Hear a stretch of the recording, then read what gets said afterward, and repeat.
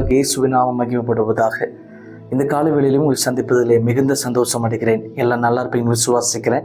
கர்த்தர் உங்களோடு இந்த பெரிய காரியங்கள் செய்வாராக. இந்த காலை வேளையிலும் உங்களோடு கூட நான் பேச எடுக்கிற ஒரு வார்த்தைக்கு நேராக நம்முடைய சிந்தைகளை திருப்போம். வேதத்தில் சங்கீதத்தின் புஸ்தகம் அதில் 40வது அதிகாரம் அதில் 17வது வசனம் அழகாய் சொல்லப்பட்டிருக்கிறது பாருங்க.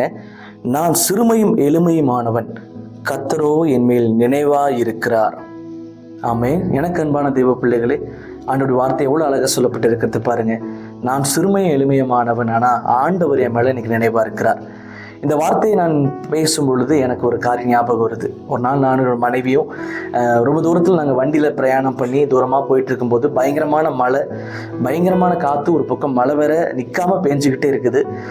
பார்த்திங்கன்னா எல்லோரும் பெரிய பெரிய காரில் போயிட்டு இருக்கிறாங்க, எல்லாம் சேஃபாக நின்றுட்டு இருக்கிறாங்க. ஆனால் அந்த மழையிலையுமே நாங்கள் என்ன பண்ணோம், அப்படியே இந்த பைக்கில் போய்கிட்டு இருந்த ஒரு ஊழியத்திற்காக நாங்கள் போயிட்டு இருந்தோம்.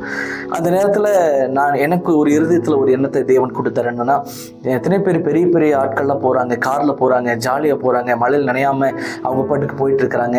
ஆனால் பாரு, நம்ம சிறுமையா இருக்கிறோம், எளிமையா இருக்கிறோம். ஆனால் பாரு, எல்லாருமே நம்மளை பார்க்கும்போது ஒரு அற்பமான பார்வையில பார்க்கிறாங்க. என்னடா இவன் இப்படி போயிட்டு இருக்கிறானே அப்படின்னு பார்க்குறாங்க.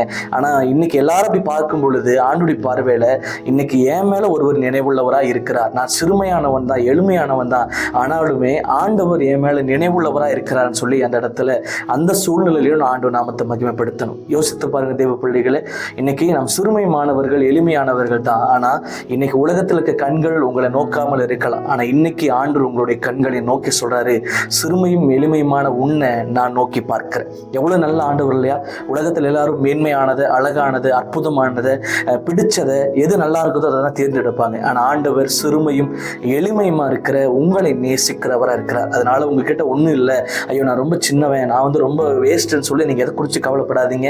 வேஸ்டா போனதை எடுத்து தான் அவர் பெஸ்டா மாற்றி அவருக்காக பயன்படுத்துகிறார். அதனால எதை குறித்தும் கலங்காதீங்க. இந்த நாள் முழுவதும் அந்த கர்த்தர் உங்களோடு வழி நடத்துவார்.